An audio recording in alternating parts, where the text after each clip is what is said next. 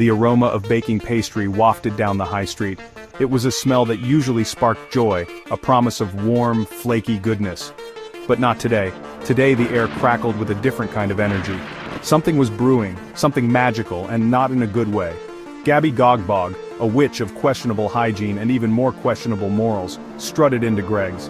Her eyes, two emerald embers, scanned the shop, her gaze finally landing on the rows of golden brown sausage rolls. A wicked grin spread across her face.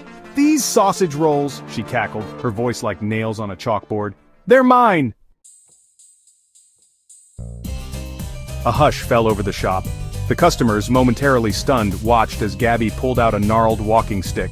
She tapped it on the floor, and a blinding flash of green light erupted. When the light faded, the customers were gone. In their place, rows upon rows of steaming sausage-shaped, well, you can guess. "My recipe!" Gabby shrieked with glee. "Stolen for years!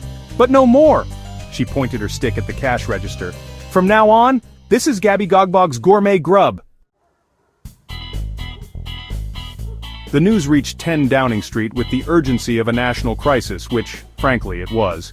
Keir Starmer, already wrestling with a particularly aggressive pigeon infestation in Parliament Square, slammed the phone down.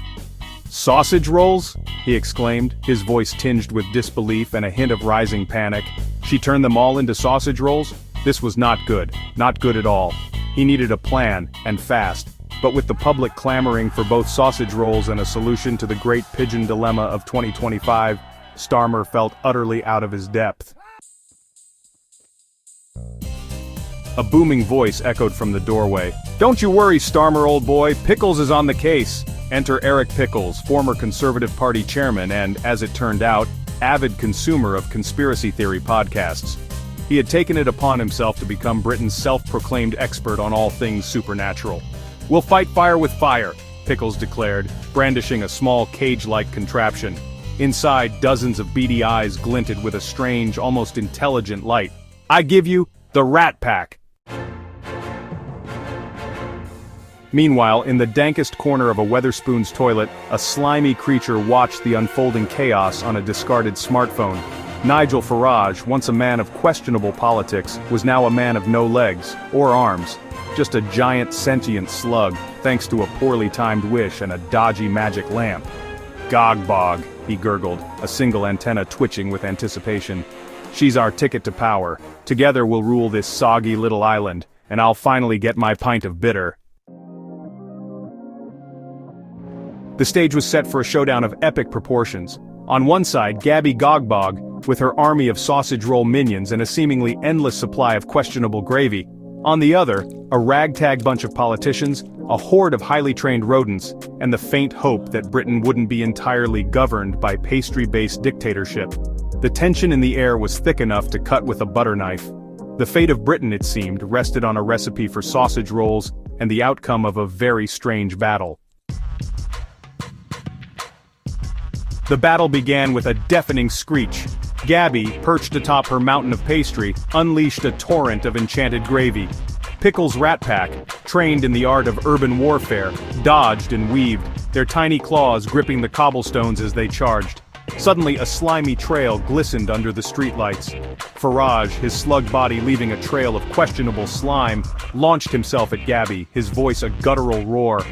"The sausage rolls, Gogbog! They're mine!" The battle raged late into the night. When the dust settled and the gravy stains were being meticulously scrubbed from Nelson's column, a victor emerged. It wasn't Gabby, defeated by her own ambition and a particularly nimble rat named Crouton. Nor was it Farage, who, after a humiliating encounter with a salt shaker, retreated to the sewers. No, the true victor was, arguably, Greg's. With Gabby's spell broken, the sausage roll people returned to their former non-pastry selves, albeit with a newfound craving for sausage rolls. Life, as it tends to do, returned to a semblance of normalcy. Well, as normal as life can be after a pastry-fueled coup attempt.